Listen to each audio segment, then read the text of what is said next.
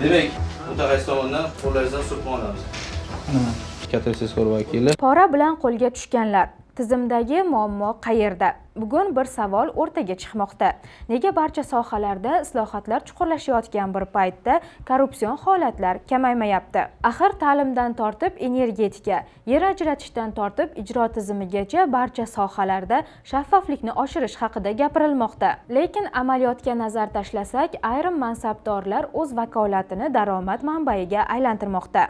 Eng xavflisi bular alohida emas, balki tizimli muammo borligidan darak beradi. Jizzax viloyatida aniqlangan holat bunga yaqqol misol. Iqtisodiy jinoyatlarga qarshi kurashish departamenti Paxtakor tumani bo'limi katta tezkor vakili tadbirkor bilan til biriktirib, maktablar uchun 20 dona interaktiv doskani sun'iy ravishda qimmat narxda o'tkazib berishni rejalagan. Asl narxi 15 million so'm bo'lgan uskunalar 25 million so'mdan rasmiylashtirilishi kerak bo'lgan. Bu xizmat evaziga esa MChJ rahbaridan 85 million so'm talab qilingan. Natijada vositachi qo'lga olingan. Keyinchalik esa 30 million so'mni olgan mansabdor va maktab direktori ham ushlandi. Ushbu holatda gap faqat pora haqida emas, balki ta'lim tizimiga ajratiladigan mablag'larni ochiqchasiga talon-taroj qilish haqida ham. Toshkent shahrida kuzatilgan holatda esa favqulodda vaziyatlar tizimi xodimi xususiy klinikaga yong'in xavfsizligi bo'yicha ijobiy xulosa olib berishni va'da qilib 6,5 million so'm olgan. Ammo u va'dasini bajarmagan. Oxir-oqibat pulni qaytarayotgan vaqtida qo'lga olingan.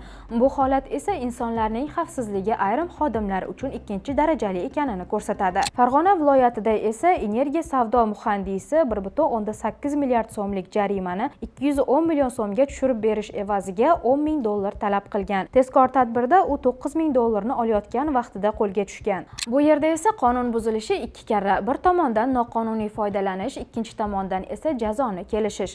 Bu tizimda javobgarlik mexanizmi yaxshi ishlamayotganidan darak beradi. Qashqadaryoda hokim yordamchisi 35 sotix yer maydonini xususiylashtirib berish evaziga 1000 dollar olgan vaqtida ushlandi. Tekshiruv davomida ushbu mablag' yana bir mansabdor yetakchi mutaxassisga berilishi aniqlanib, u ham qo'lga olingan. Ushbu holat ham avvalgilari kabi yer ajratish tizimida shaffoflik yetishmayotganini ko'rsatadi. Sirdaryoda majburiy ijro byurosi xodimlari qarzdordan 20 million so'm olib, ishni yopib berishgan. Natijada undiruvchi tomon atiga 14 million so'm olgan, qolgan mablag' esa o'zlashtirilgan. Tezkor tadbirda ular pulni bo'lishayotgan vaqtida qo'lga olingan. Namanganda esa 376 million so'mlik soliq qarzdorligini hal qilib berish evaziga 20 million so'm olingan. Tekshiruvda bu ishga soliq inspeksiyasi xodimi ham aloqador ekani aniqlangan. Bu esa tizim ichida ichki nazorat mexanizmlari yetarli darajada ishlamayotganini yana bir bor ko'rsatadi. Xulosa o'rnida shuni aytish kerakki, bu alohida jinoyatlar emas, balki tizimdagi muammolardir. Har safar qo'lga tushgan mansabdor haqida xabar berish muammoni hal qilmaydi.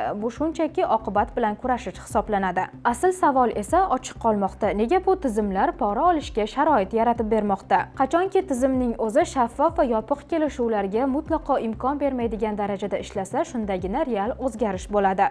Aks holda bugun qo'lga tushganlar ketadi, ertaga ularning o'rnini boshqalari egallaydi va bu zanjir davom etaveradi.